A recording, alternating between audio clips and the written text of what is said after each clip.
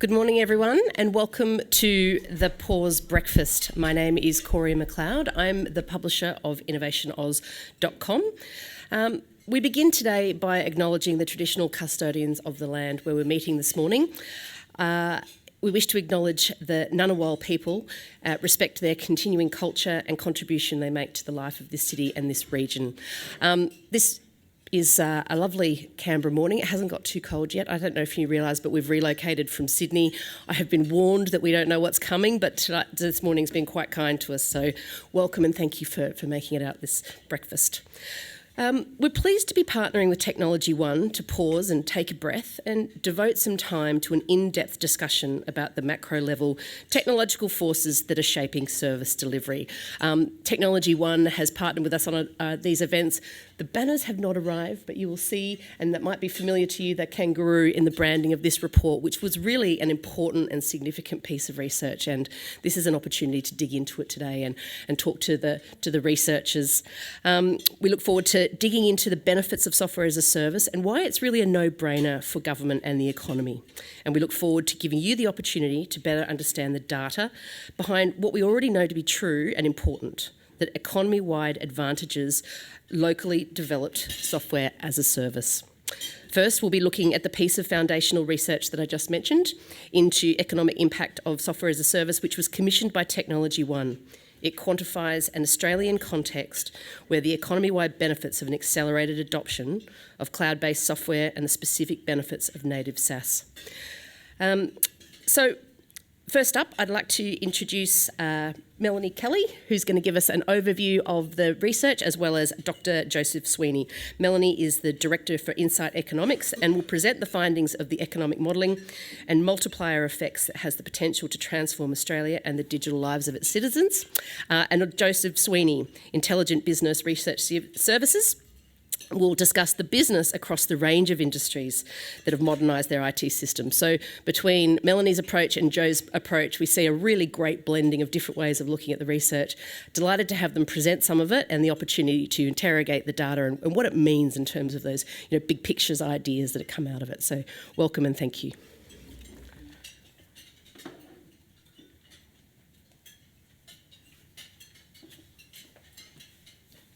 All right, fantastic. Well, really delighted to be here today with you all. It's so wonderful to be in person as well. I'm from Melbourne, so this is just still a little bit novel to me, so you'll have to, excuse me for how excited I am. As she mentioned, the goal of the project was to get an independent evaluation of the costs and benefits of a migration to SaaS, starting at an organizational and an industry level, and then building that up to a national picture of impact. It needed to be informed by real-world insights, by Australian company experience and Australian company data. And what we'll share with you today as we work through this is that what the data and analysis reveal is just a huge impact to the output potential for Australian organizations and industries, as well as the wider Australian economy and standard of living. So what we're going to do is step through, I'll give an overview of the methodology and some of the high-level direct economic effects that we're expecting from this work. Then I'm going to hand over to my partner in crime here, Dr. Joe Sweeney, and he'll give you some sort of detailed case studies and sort of sector-specific analysis. And then I'm going to come back and give you some sort of bring it together in terms of the sort of wider economic analysis in terms of the multiplier effects and CGE analysis that we undertook. So let's get right into it, starting with the methodology. And look, I've done it. So I'd just like to spend a little bit of time on this slide, if we could, because economic impact assessments can sometimes be a little bit of a black box, and I think if we spend a little bit of time just kind of stepping through how we've done the work, it helps to really underscore, I think, the power of the results and some of the conservatism of the analysis that was sort of built into what we did. So, our team, is comprised of myself and Dr. Joe. We followed a best practice approach to economic impact modeling and looking at the potential of transitioning to a natively integrated SaaS environment from where we are today. So What does that mean? In practice, it means that we had to take into account things like additionality, as well as transition costs and risks and training costs, in addition to the benefit potential by different industry sectors. So to do this, we started with a really granular segmentation of the market by 6 major sectors, and then again by organizational size and market focus or organization focus. We then undertook extensive stakeholder consultations, which were led by Dr. Joe here, and they were sort of stratified across those different market sectors and segments. More than 67 consultations and case studies developed in order to obtain those real-world insights into the costs and benefits of different software solutions for Australian organizations. So alongside that, we also undertook extensive sort of systematic literature and data review to build up a detailed picture of the current take-up of software solutions and the potential benefits and costs of businesses and their customers from a range of different scenarios, including on-premises solutions, infrastructure as a service solutions, as well as SaaS solutions. And within that, we looked at both best-of-breed and natively integrated SaaS. We then synthesized these consultations, literature, and data together to build a detailed, sort of bottom-up, direct impact valuation of the costs and benefits of these various software solutions across the Australian economy. So we organized the impact analysis into 3 big headings of direct economic impact. So the first being the effects of a transition to natively integrated SaaS on ICT costs, or total costs of ownership. The second being the potential impacts of a transition to SaaS on wider business outcomes in terms of improved information and workflow processes across, beyond sort of ICT delivery. And the third being the potential for, improved customer experience from a transition to SaaS in terms of reduced time and cost for customers and clients engaging with these organizations. So that's the first 2 kind of components. We then, once we had built the sort of direct impact analysis, we then input these direct impacts into something called a computable general equilibrium model, or CGE model, of the Australian economy. CGE modeling is used to show the sort of second round multiplier effects of an activity across the economy. We undertook the CGE modeling using the MMRF model, which is one of the most highly regarded and detailed CGE models available in Australia today and is routinely used by governments and central agencies to evaluate new projects and proposals and policies. So the CGE modeling was used to understand the total net impact to the Australian economy of a migration to a natively integrated SaaS, and it's measured in terms of GDP growth, household income and consumption, as well as jobs. So what did we find? Well, what the bottom-up analysis showed was that when you looked across the various market sectors and segments and you added up all of those TCO, wider business benefits, and customer impacts of a transition to natively integrated SaaS across the economy, that it adds up to this significant productivity dividend for Australia. So in total, more than $252 billion in benefits in today's dollars were expected to be unlocked over the next 10 years. And this really represents an enormous efficiency gain for Australian communities. It enables money and time that would have been spent on ICT or inefficient workflow processes to be redistributed and redirected to higher, better uses.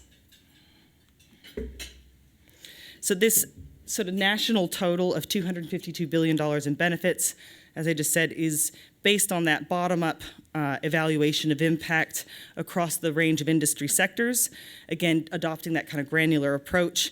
And the total magnitude of impact by sector was based on the sort of current take-up of different software solutions by sector, the nature of the industry, such as whether they were highly capital or labor-intensive, as well as the expected changes in TCO. And again, this is really based on real-world experience, which Joe will take us through in just a moment, and sort of the Australian company data.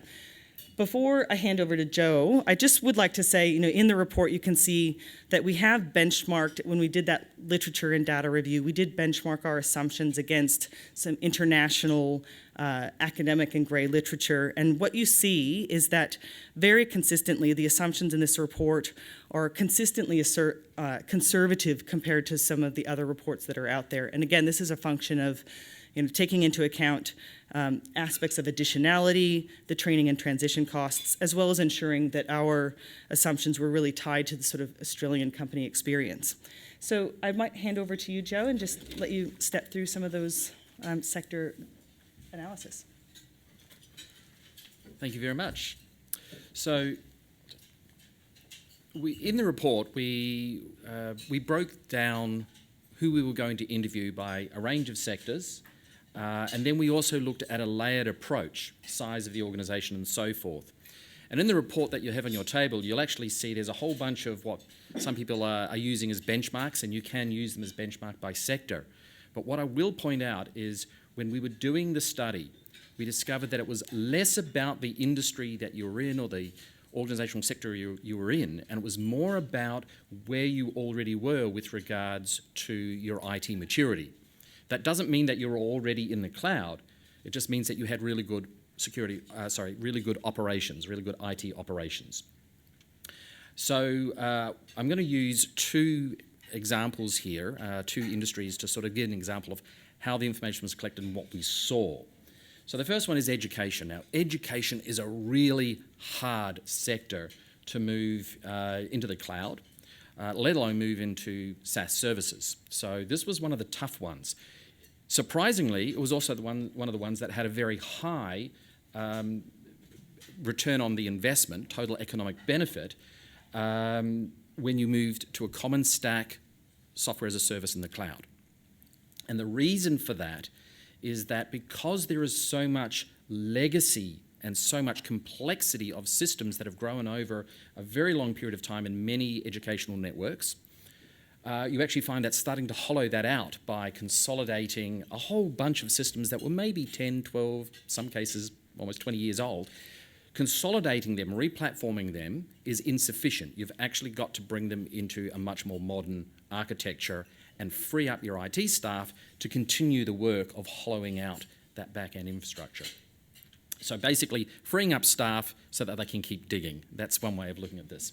So an example of that was one of the organisations we did a very deep dive on. And I will say that when we did these interviews, some of them were relatively quick, could get them done in about an hour, because they had good knowledge of what they were doing and what sort of benefits they were achieving. But there were others that we had to go back several times because they really hadn't thought of these issues. And you can obviously see that the folks who had all the information probably were well on their journey. The ones who didn't were the ones where we got the biggest savings from. But we saw just with software rationalization, with consolidating not even all of the rats and mice stuff, but just a collection of it, they were looking around 70% saving by moving to a SaaS environment. We saw one organisation that was able to consolidate 2 data centres into one, and they were not inconsiderable data centres. And so what they had was, in their particular case, they had a data centre that was they needed to close it down. Their choice was, do we migrate all of this stuff into the cloud? That was the original thinking. The other approach that they were thinking is, do we hollow out that data centre, hollow out both data centres, consolidate around a whole bunch of SaaS applications plus some other cloud services, and then combine what's left into one data centre, which was what they actually did. That was a massive reduction in operational spend for them. So huge operational spends in that particular case. The really interesting thing was, and this came mostly out of the universities who track this really accurately, was the productivity savings. Here's why this report is so conservative. We only counted what people could tell us they had already measured. And I personally think it's only around 10%.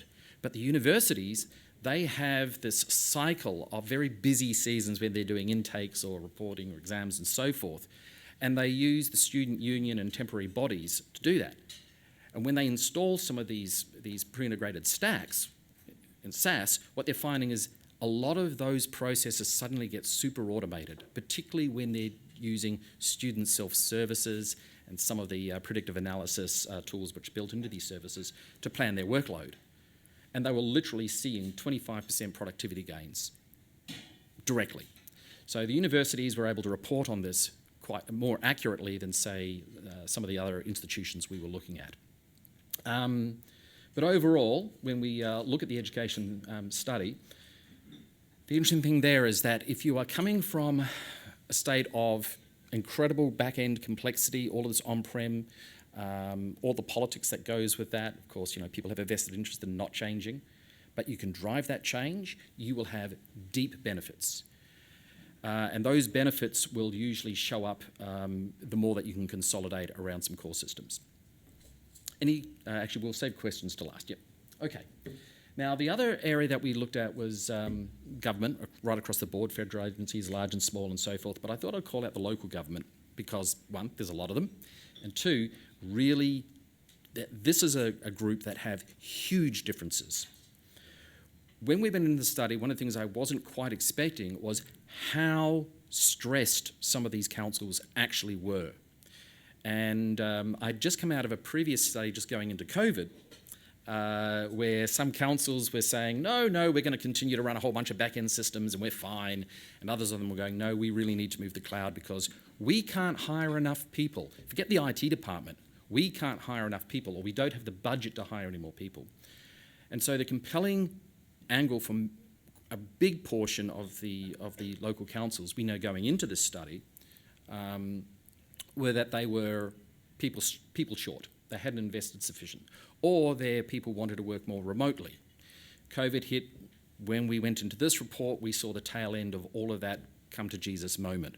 We have to change the way that we think about our workforce, and that means we have to change the way that we think about our processes and the digitalisation of those processes, and we just cannot afford to keep on running this in the back end, even though it may look cheaper to keep things in the back end. If you look at the cost to the IT department, the actual cost to business, the cost of business operation was completely different.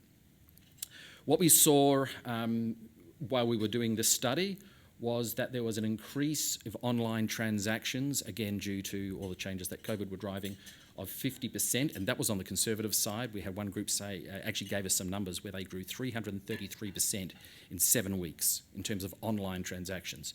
And so their task was, how the heck do we take all these other manual processes that we just, all this paperwork that's coming in, and scale that to the same level? And again, that's where a unified stack really comes, because you've got all that pre-integration, you've often got customer portals and so forth, so huge advantages there. The key that all of council said is, please, in this report, do not say that we're going to save money, because that's not about saving money. It's about taking the existing investment and being able to scale up the service delivery. And there was a couple of them who actually were almost said, I'm not going to talk to you unless you can guarantee me you're going to say that. I went, no, that's not how this works. But the reality was, when we analysed it, all of the savings, all the productivity benefits that you're seeing here were the ones on top of what they were reinvesting in terms of productivity gains. So obviously that 13% is going to start to get constrained over the next, say, probably 5 years, but it will all be about new services delivery and automating that. So scaling the expectations of what local councils need to do, but without growing that staff base, without growing the investment in ICT services to the same level.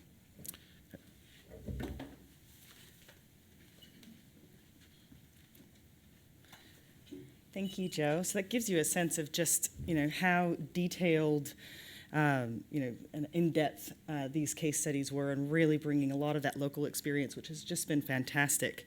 And also underscoring just how conservative some of the assumptions were all of the assumptions were that we built into this report. So, but even with this conservative approach, what the report shows is that the opportunity costs, sort of what else you could have done with that money and time, the opportunity costs of legacy and inefficient ICT solutions and work processes are hugely significant. So, for example, if we look just at the federal and state government savings on that previous slide, where we're looking at different layers of industry benefit, that amounted to roughly $62 billion in benefits to be realized over the next 10 years. This is money that could be redirected to other productivity-enhancing investments and services, such as more than 11,000 kilometers of road, major new infrastructure like Sydney Harbour Tunnel additions, as well as additional hospital services, nurses, aged care places, or teachers. And importantly, what the report shows is that these are not trivial changes in output capability. So if you take nurses, for example, you could see a 33% expansion in the number of nurses available across Australia with that funding. We could see a 41% uplift in aged care places. So again, we're really talking about very significant impacts for businesses and the wider community. The report also shows that the benefits are distributed across jurisdictions nationally, with the order of magnitude of benefit by state and territory just, again, dependent on the industrial structure and the rate of uptake of different solutions across those different industry sectors. So that gives you that sense of the sort of direct first-round impacts that we would be expecting from this SaaS shift. So now let's think about those sort of second-round multiplier effects and what that national potential is. So we input these bottom-up direct impact assumptions into the CGE model to get a picture of the national impact for Australia. So to do this, we ran two scenarios. So one that isolated the economic impacts of the SaaS shift, the transition to natively integrated SaaS.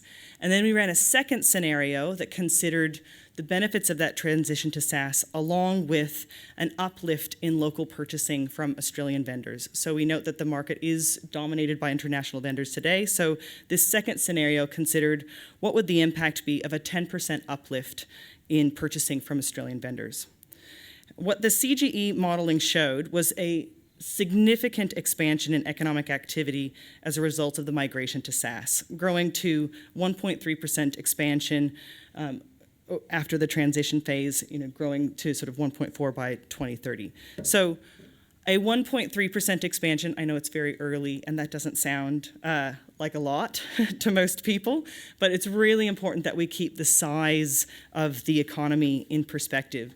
So just to benchmark that and put that into perspective for you, this economic impact is equivalent to bringing a second Northwest Shelf online, or if all of the planned and speculative LNG projects that were identified in 2014, if all of those had gone ahead. It's more than 6 Olympic Dam expansions, and it's equivalent to the total productivity uplift that the whole of Australia typically sees in a year. And if you're old enough, and I am, to remember the national competition policy reforms, you'll know that that was a really significant national policy reform effort initiated in the 1990s, targeting a range of sectors, which was focused on improving the productivity of businesses with the goal of expanding economic growth. And so what you can see, a review of that program showed that the national competition policy reforms had lifted GDP by 2.5% above what would have otherwise been expected. So, just if you sort of, once again, I guess the economic potential of the transition to advanced SaaS, as you can see, it really represents a significant kind of nation-building productivity effect in aggregate. The key economic metrics associated with the SaaS shift is the net creation of 7,500 new jobs as the productivity effects of SaaS see Australia made more competitive and in turn economic output expand. Households are expected to be $16 billion better off as more efficient and competitive businesses ultimately translate into lower costs of doing business and higher profits, which in turn translates into higher household income and revenue growth. Those are the second round effects that we're measuring with CG analysis. In total, as we said, GDP would be expected to expand by 1.3%, again, being very highly conservative, and this represents the addition of $226 billion to the economy over the next 10 years. Now, scenario 2, again, this scenario is looking at the transition to SaaS as well as the uplift in local purchasing. And what the CGE analysis shows is that if you compare two like-for-like offerings in terms of price and capability, so we didn't model any differences in terms of price in this model. If you look at two like-for-like offerings in terms of capability and price, that purchasing from the Australian vendor generates a higher economic impact than would otherwise have been the case. GDP would be expected to expand by a further $5.1 billion above Scenario 1 expectations, and households would be $10 billion better off with higher rates of local purchasing. You might ask, well, why could this be? How could this be? And it's because ATO and financial data show that that Australian companies actually spend more locally, they pay more tax for every dollar that they earn, they employ more people for every dollar that they earn, and they have higher rates of Australian shareholders, which leads to increased profit distributions to Australian households. And so as you can see, this translates into an uplift in Australian communities' standard of living compared to what would have otherwise been the case. In total, a further $1 billion is added to the Australian household income over the forward decade.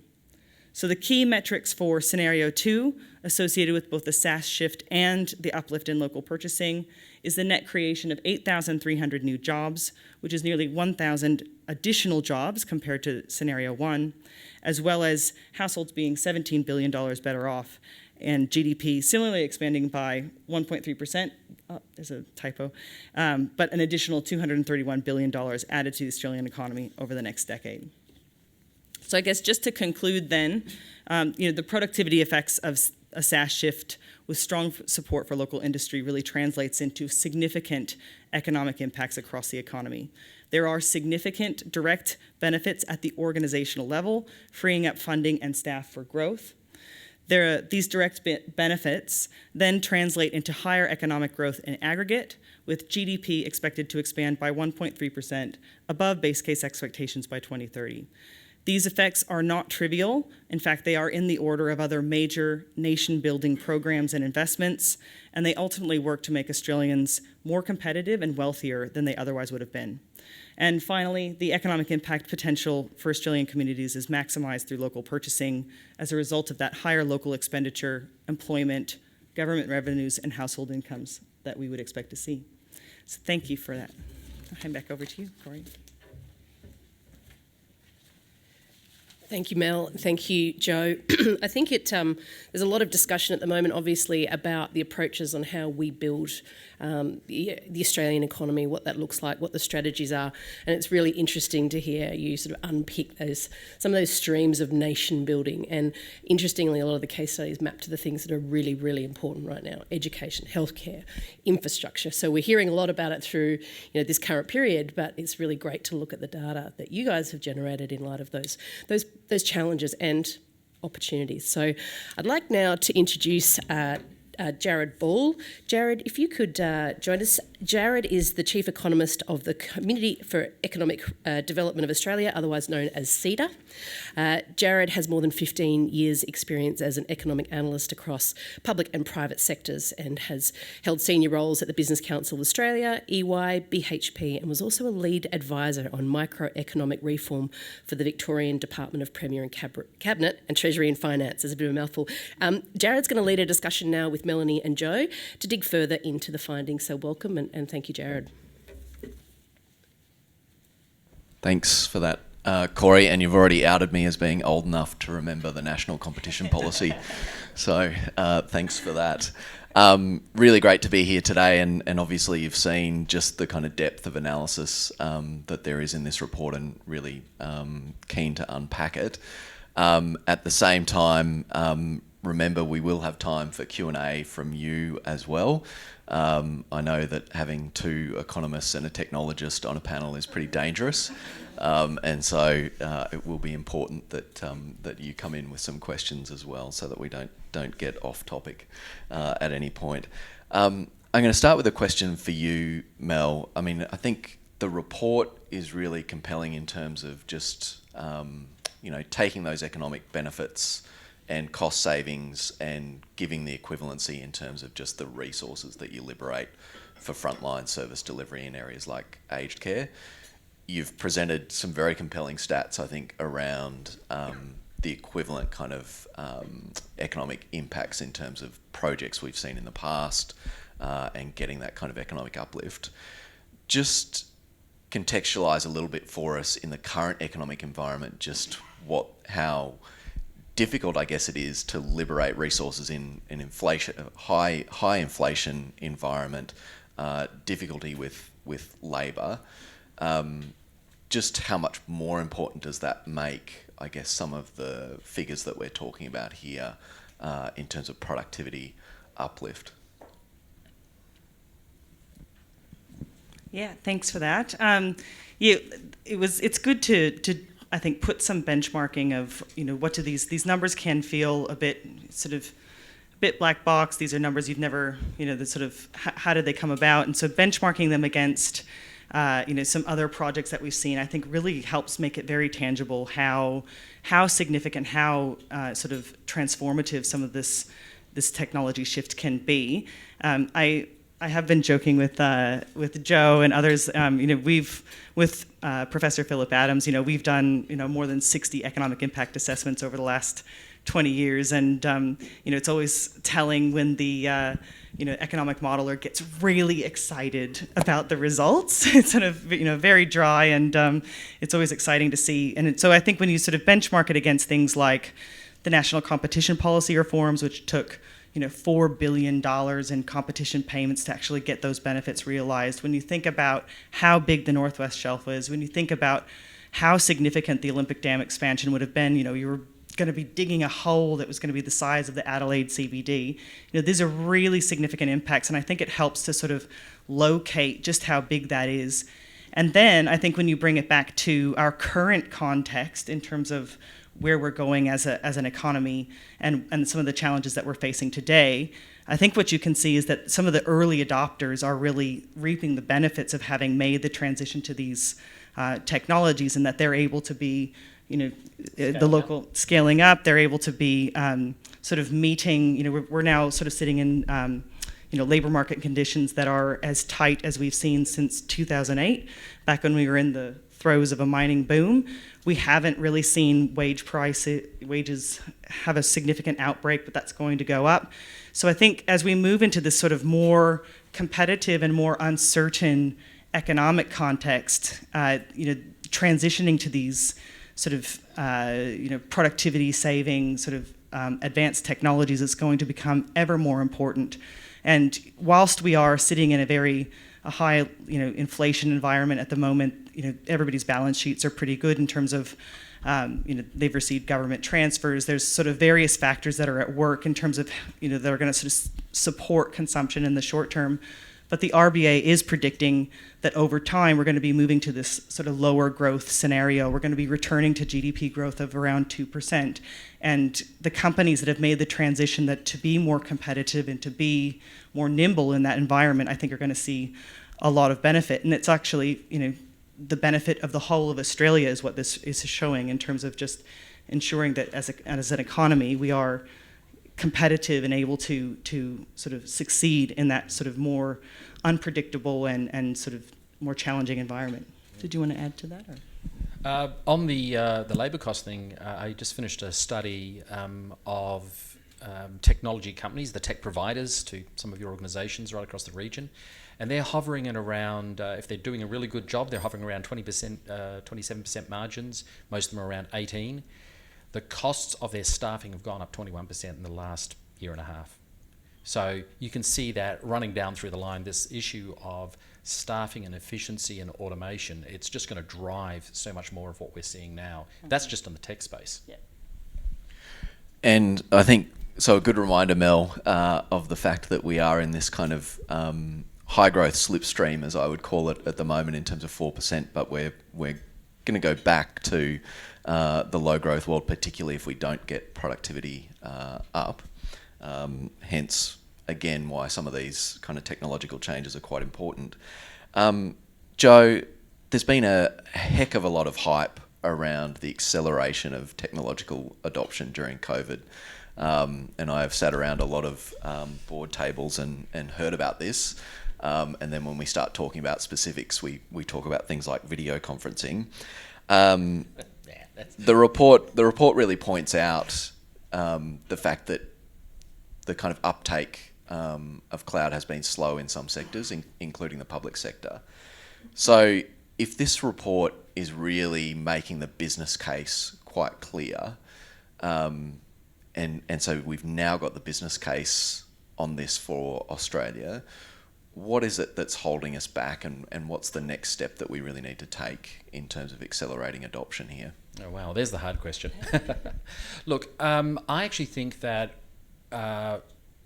if you do this right, if you start to look, and this is taking lessons from the organisations that had already drawn down some of these benefits, have already got this ability to scale up.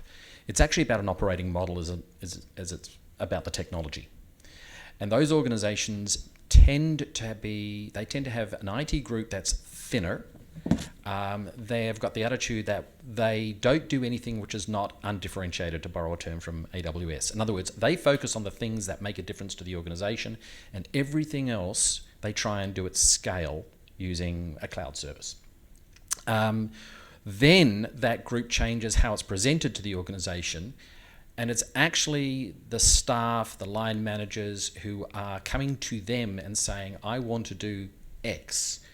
And in COVID, these folks who were able to go, I want to do X, and X would usually be, we have an internal process that, Bob and Sally get together and exchange this information, and it helps to do a property approval. This is a real one.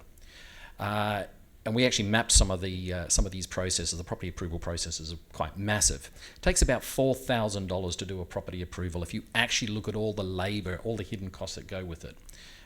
Varies, but in COVID you can't do it that way because you couldn't get people in the office, so forth. And it wasn't just about video conferencing. That's not an efficiency. The only efficiency there is not having to travel into the office, so you're saving a little bit of time per day, but the organisation itself doesn't reap that benefit. The nation might, but the organisation doesn't. But as soon as you start creating public portals where the developers are saving hours and hours of time submitting documentation, as soon as that documentation's coming in automatically and being passed through decision support systems, utilising, again, we're seeing a lot of AI get embedded in some of these cloud services. As soon as the automatic payments are coming through and being pre-calculated, so again, takes out, these costs of operation drop down to about $700. Huge saving there. But the agility is not just within the organisation. Now, that does not happen by the IT department just saying we're going cloud. That happens because the people who are vested in those processes recognise that every day there's an opportunity to reshape their work and do it better, either with IT's support or using some of these newer self-supporting technologies. And one of the big things that we saw that was a real differentiator from the folks who had gone really heavily into SaaS, particularly the single stack SaaS, was that the administration and the configuration of those systems moved out of IT and was now sitting over in finance or HR.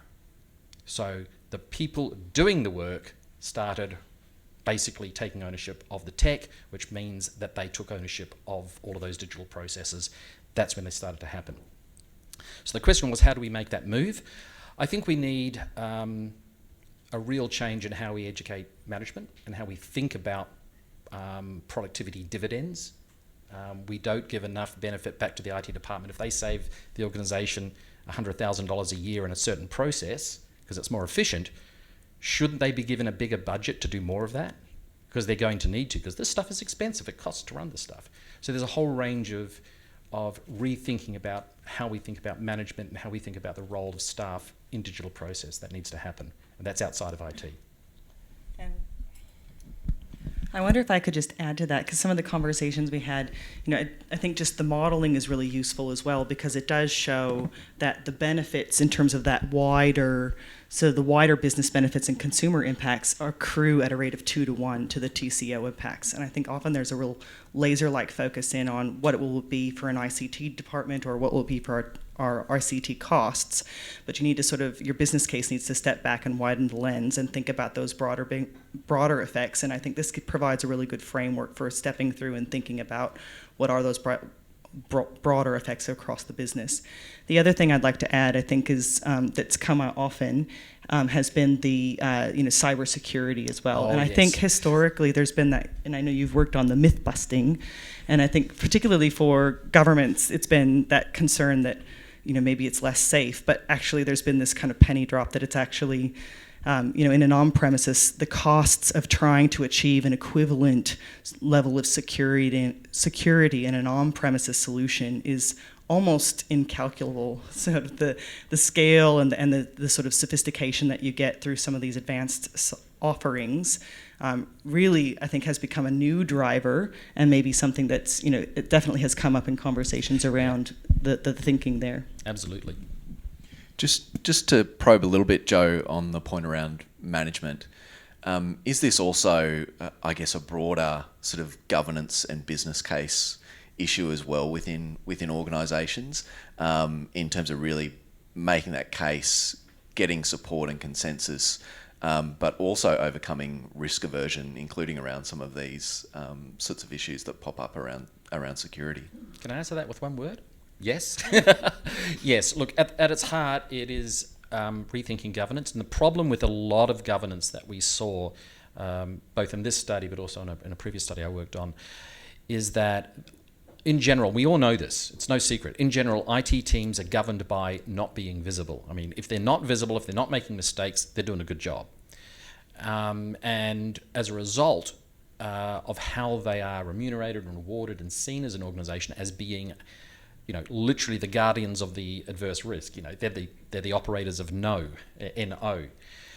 And that is a serious problem. And you cannot do some of these moves because if you take what I've said before about this needing to be moving who owns the processes, putting that close, you're actually accepting, I don't like to use the word agile on this space, but it's part of that lean thinking. It starts to look a heck of a lot like what we did to manufacturing in the late 70s, 80s, but applying it to services. In other words, continual quality improvement. That inherently has a risk factor for every time you try something. But and you need lots of metrics to know what's actually working. One of the big challenges that we have in Australia, more so than any other market I've seen, is that we don't measure the results of our investments in IT in a granular enough manner.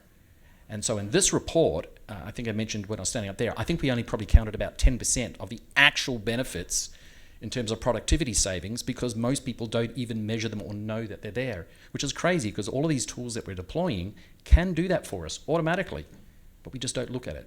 So very long answer to a very short, the real answer is yes, but unpacking that about how to enable that, it is about rethinking the role of risk where it belongs in an organisation. It should not sit in IT, it should sit in the business groups who are doing those processes. And then they should be measuring that, learning from any less than successful events, because those are learnings, and bringing that back into an innovation loop. Excellent. I do have some more questions, but I also noticed that Corey's there and she does have the mic. So if we have some questions in the audience, we should get to them early and often.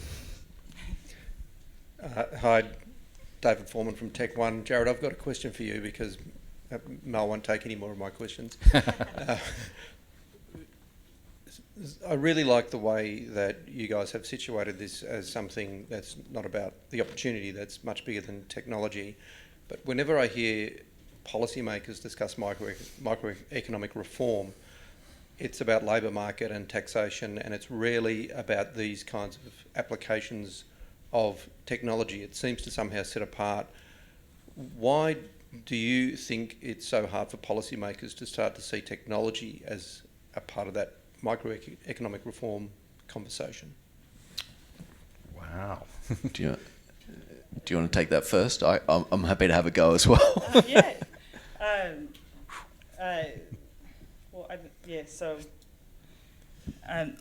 I think that I think that Australia does need to be focused in much more so on these technologies and how they can enable sort of a whole range of productivity improvements. I think that I guess historically there has been a focus on a sort of range of sort of policy tools and instruments, and there is more funding going to try to support the transition to some of these advanced technologies. And I think if you look at Australia's sort of non-mining business investment, over the past 10 years, that's been at recession levels, right? It drops to kind of 8% of GDP, and it has been there since 2012.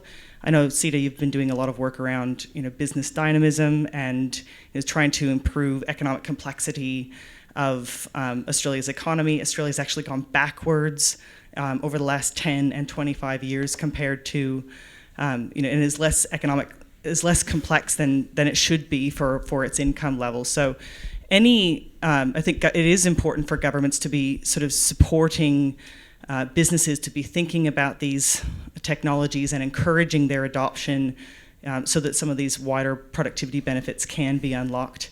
And I don't know if you want to add in terms of sort of broader sort of policy sort of trends that you think could be done to sort of support that transition? Yes, I'd identify three reasons why we've sort of ended up in this situation. One, I think there's been a level of complacency which has been born out of continuing economic growth and such a long, consistent period of economic growth. And even coming out of COVID, that experience has been much better than economists like myself feared it would be. But we are coming into now a much more constrained and difficult economic environment in terms of inflation, in terms of an ageing population. So a lot of these economic issues are now much more front and centre than they have been, which I think will drive a much stronger focus.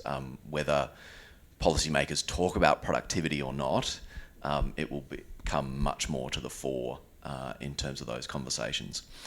I think the other thing is that we haven't had a level of policy consistency in terms of innovation and industry policy, which I think is critical in this area in terms of certainty and being able to think about investment decisions that you make. We have had a lot of different programs, a lot of chopping and changing.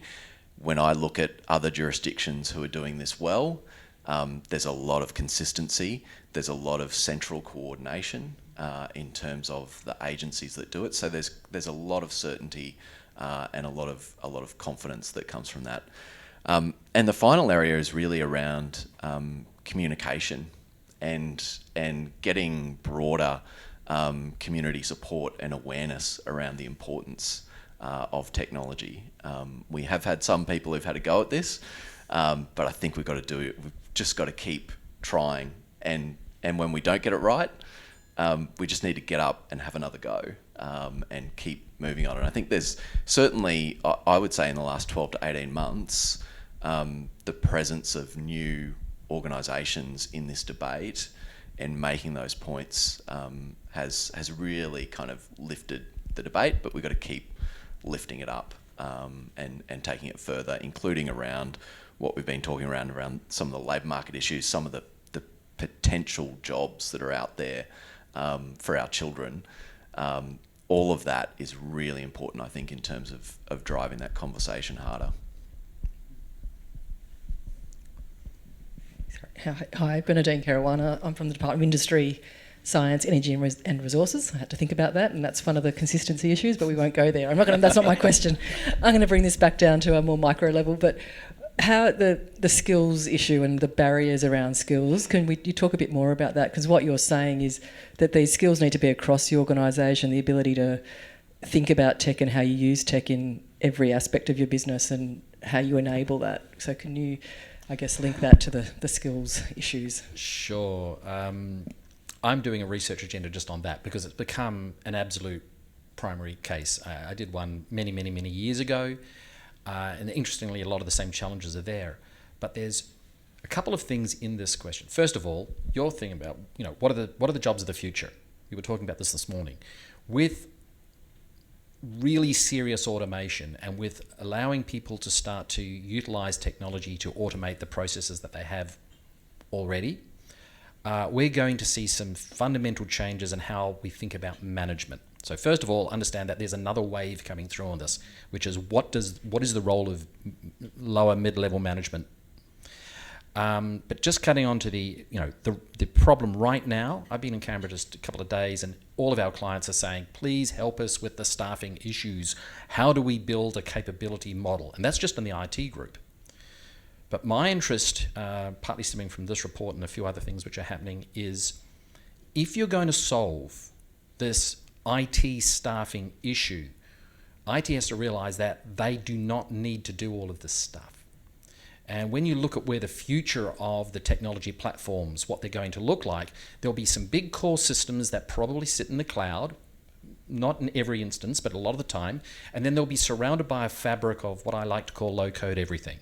So all the integrations will be modularized. All of these tools will be there, and they will be surfaced in tools that citizen developers, in other words, your general interested staff can take on. Suddenly there's a whole bunch of things that the IT department doesn't need to do anymore. And one of the big findings of the report that really opened my eyes was that in the majority of the cases where folks knew what benefits they were actually getting from the technology, those systems, and they're all cloud systems, they're all these big monolithic SaaS, they were always being run by the admin or the HR departments, or in some cases the marketing groups and so forth. They were owned and configured by the organisation. Suddenly IT doesn't need to do that. That idea of having two people to administer a big on-prem system and configure it and argue and have committees and so forth around, getting all the stakeholders together, just disappears. And guess what? One of the other things that happens in those environments is the buy-in on these core systems was much, much higher. So the satisfaction levels were higher because it was the domain users, it was the business users. So I think that you can't separate these skills changes without understanding that the role of IT will need to change as more of a, there's fundamental differences about how they will interact with the organisation. Now, how do you skill that up? How do you get those changes? The role of HR cannot be underestimated in this, and I think that what we saw with COVID was a lot of the HR policies are just so out of date. And I was talking to one of our clients here in Canberra, and they made a great comment. I've got a little model for this, which I sometimes use. And they said, Joe, we can build that down to three things. It's about empowerment. In other words, move the decisions over. Yes, I said, yep. Trust, and I went, that's the missing piece. And then enablement. And enablement was giving them time, enabling them actually in policy. That is now the organisation's role to do that. My experiences with looking at organisations that have tried to create these types of environments is that it takes 3 to 5 years of hard work from senior management to embed that culture. It is a cultural change as much as a skill change. Hope that answers the question. Thank you. Hi, I'm James Riley from Innovation Oz. So the numbers presented in this report make it seem like a complete no-brainer that you would go down this path, and the benefits are well illustrated. So, I think you asked this question before, Jared, that, what's holding us back? I'm kind of interested in what structures, and maybe this is for you, Jared, but have a go at it, anyone. What structures you can see working from a government perspective in terms of encouraging adoption. We've seen, over the years, the responsibility for driving digital services in government have moved from portfolio to portfolio, and then it seems that there's a separate mission to encourage, through digital economy policy, the private sector to pick this stuff up. And it seems to me that at some point there has to be a closer relationship between the stuff that government's doing as an exemplar and maybe the industry development stuff that Department of Industry might be doing. I don't know. Take it as a comment if you want. But I'm interested to know what that structure might look like. I'll have a go at that one. Two issues. One, you've used the terminology government as an exemplar, and that does not even necessarily mean right across the board, but having agencies who are exemplars. And I know that they're not getting everything right, but just to take an example, the New South Wales government has clearly moved ahead in a lot of their digital services, and that's really been noticed. So I think it doesn't take much for one agency to step out with strong leadership and to really set the tone and start to have that exemplar status. And I think particularly those agencies that interact a lot with small and medium enterprises as well, that really sets the tone. So I think that's one. I think the other issue is around information. and getting more information on what's holding firms back. We collect all sorts of data within systems now that can give us clues as to what's going on within firms. We are at CEDA, for example, doing some work on management capabilities and what's holding companies back in terms of transformation. So we have, that capability to. There's plenty of organisations within government that research, that can extract data and look at what the kind of impediments are, and then we can decide what the right lever to pull is in terms of whether it does require some kind of incentive or whether there's other issues at play in terms of education and training or skills or so forth. So I see those as two very clear roles for government in this. Yeah, spot on. And your information, your idea on the measurement is really important. I mentioned earlier that you can't do these programs, you can't make all of this change work without knowing whether it's working or not and tweaking it along the way. So using the tools that you've already got to measure themselves, to measure their success is hugely important. I did another little side study during all of this where I was looking at the issue of bosses demanding people return to work. And what we found, and I think this is an example of what you're talking about, is that in America and certain parts of Europe, there's a lot of use of the video conferencing measurement tools and the engagement tools and so forth to measure what staff are actually doing. And they were making many of their decisions. I'm not too sure how much they were actually using, but they were using that data to make decisions on, are people more productive at home or in the office? Not generally, but on an individual basis. So they would know who's best where. We don't see that in Australia. I can't think of a single agency or organisation that I've talked with that does that. There's a real difference of understanding on how to use these tools to show you how to use these tools. And we need to do a lot more of that. And that's hard. It takes a mind shift, but it's something that absolutely plays into your comment.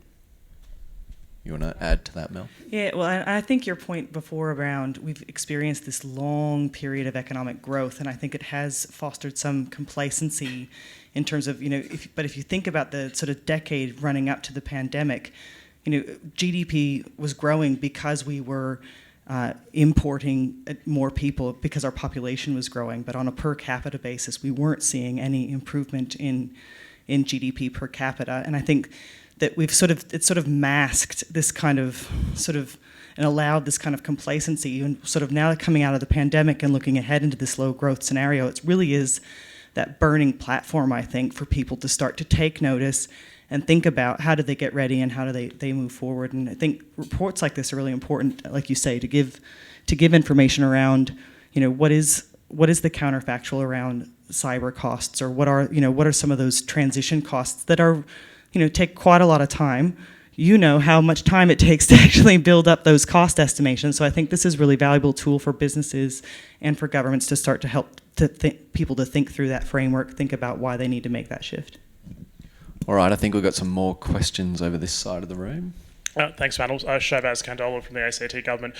Returning more to the government lens and your analysis of the local government and state and federal governments, intrigued to return to the more practical as to what you saw as good practices that enabled this in both decision-making and procurement, but also barriers, noting that often in the government setting, you can have treasuries and finance departments or the equivalents in those areas that have budget rules or other caps that may be a barrier where reports like this present a really good business case, but they don't fit into the budgetary or fiscal cycle that creates. And so if you have any insights from a practical level as you did the analysis there. Could you tell me the answer to that one? But look, no, it is a really common challenge that hits our clients. We're about 50% public sector across Australia. And the procurement issue is a perennial challenge.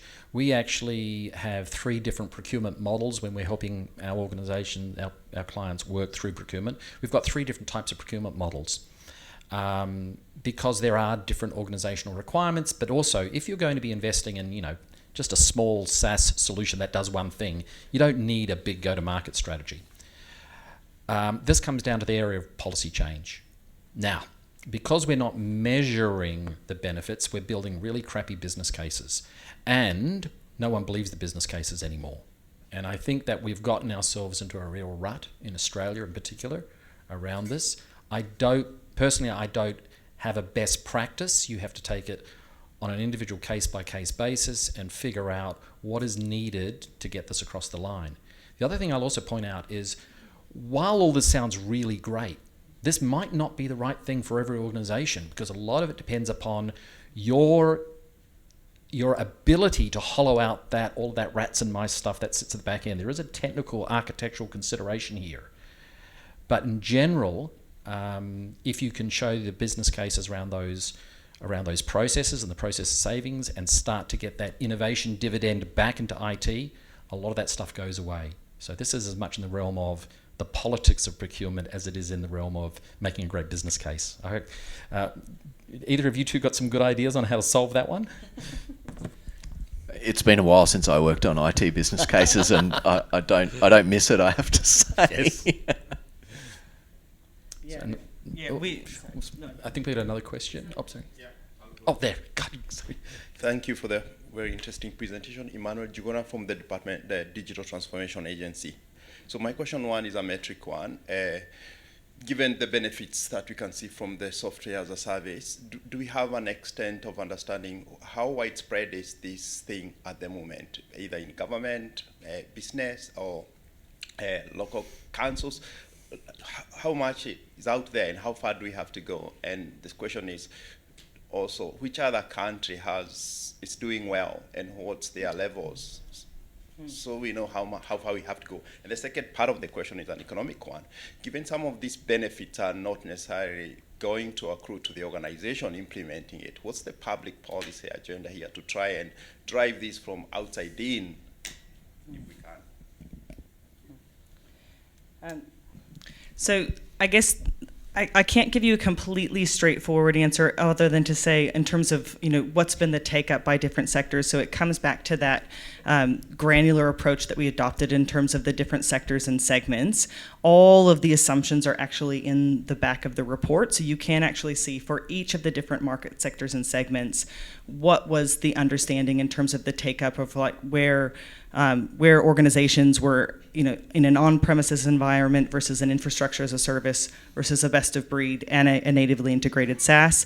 I can say overall and you might want to add to this, but the overall complete migration to a natively integrated SaaS was relatively small. There was sort of 10-20% depending on the sector. It was not but it did again vary by sector. Some sectors had made more of a shift.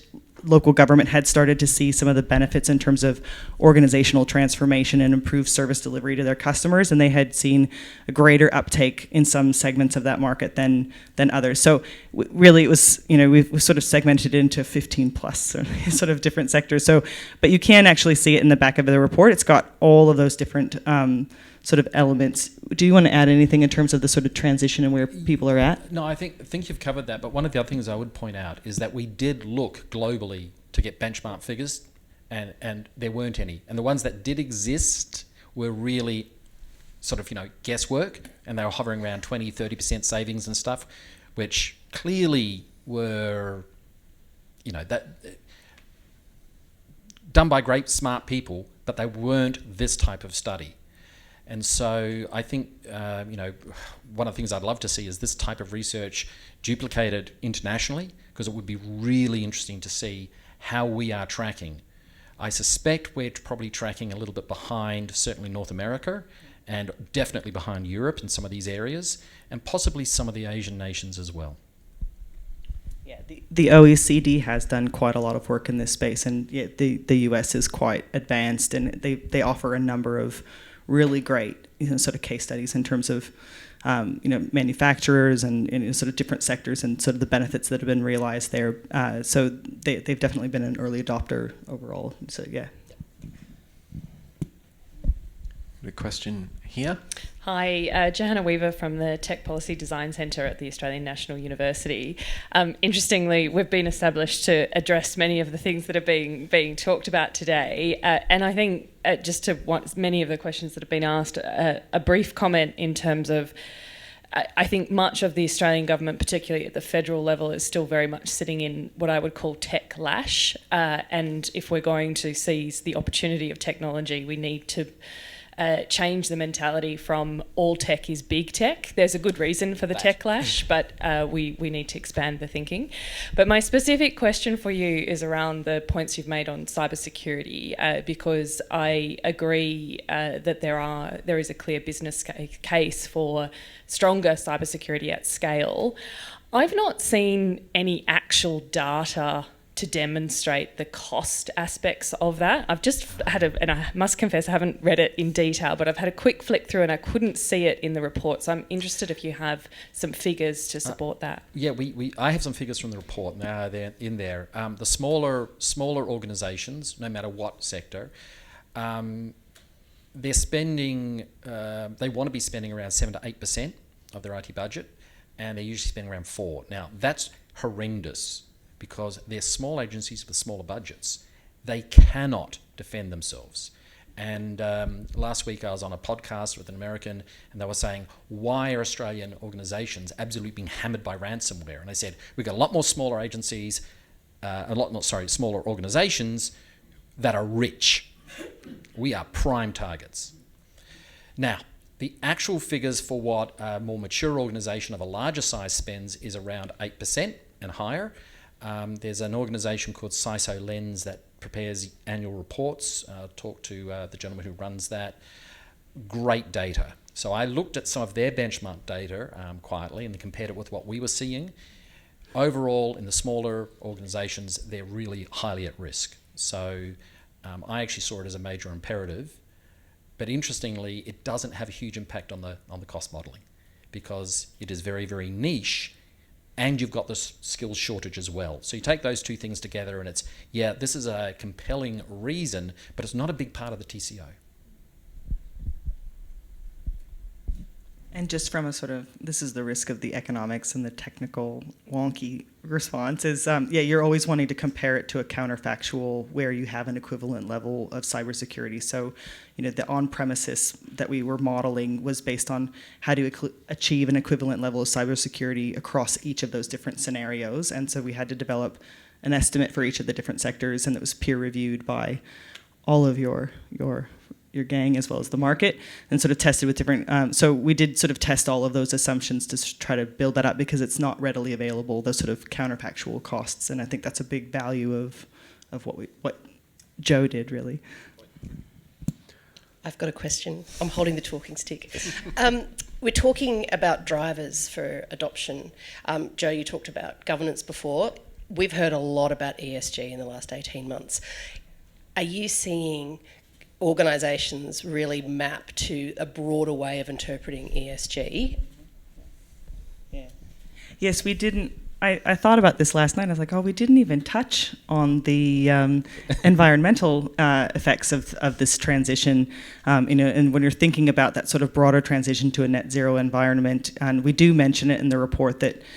So we didn't undertake specific sort of modeling, but obviously an on-premises solution is on-premises infrastructure, and that tends to be smaller, more inefficient data centers, which are more energy intense. And there's a whole range of modeling overseas and in the US that shows the migration to a SaaS model is actually vastly less carbon intense, like sort of energy saving, because you're moving to these enormous mega data centers. So it's energy saving and then less carbon intensive. And so I think the Australian government's commissioned modeling that a 40% uplift in cloud computing would result in sort of a 4 megaton reduction in CO2. Again, that's often not thought of when you're thinking through these business case. And we didn't model any of the impacts of potential energy savings in this either. So it's, again, very, very conservative. And I think it goes to that kind of broader ESG sort of context. Did you want to add to that? No, you've absolutely nailed that one. But, yes, ESG is starting to rise up in inquiries through our organisation. People are starting to get interested in it again. And one of the things I have written a couple of little papers on is all of the hyperscale cloud vendors and the major SaaS vendors are showing real hard metrics on how they are much more energy efficient, much more carbon efficient than anything you could run internally, pretty much anything. And they're positioning themselves that way, one, because it lowers their cost of operation, it actually does, but two, it's a great selling point, and it will be the next wave of this when we really start looking at global climate change policies coming through. The next wave will be to the IT department, to the CIOs, show me how you're going to reduce our footprint. The quick move for that is, move to the cloud. All right, I think we've come to the end of our Q&A. Corey's going to come back, I think, to close. But in the meantime, if you could join with me in thanking Joe and Mel for their presentation. Thanks so much to Jared, Joe and Mel. It is a delight to have you here and have the opportunity to dig in, a real brains trust. And thank you all for coming. I really appreciate you coming this morning to enjoy the panel discussion, and thank you for some great questions. There's always new ways to look at this data, so it's great to have you, interrogate it a bit further with us. We're going to wrap up now and let you get on with your day. Thank you to TechnologyOne, IBRS, Jared and Cedar, and Insight Economics.